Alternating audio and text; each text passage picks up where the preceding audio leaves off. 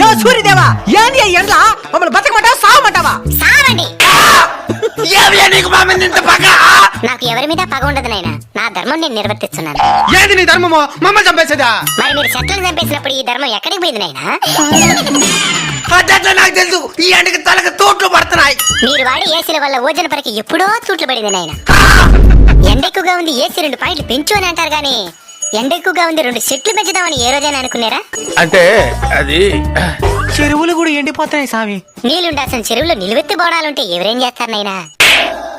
అడవులు కూడా ఎండిపోతున్నాయి స్వామి. మరి అక్కడే కదా నాయనా అపార్ట్మెంట్లు కట్టాల్సిందే. స్వామి ఈ ఎండ నుంచి బయటపడేదానికి ఏదైనా మార్గం చెప్పు స్వామి. వృక్షో రక్షిత రక్షిత.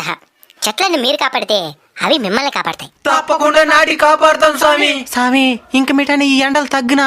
ఇన్ ఫ్రైన్ దేర్ ఈస్ క్రొకడైల్ ఫెస్టివల్. అంటే ముందుంది ముసళ్ళ పండగ అని.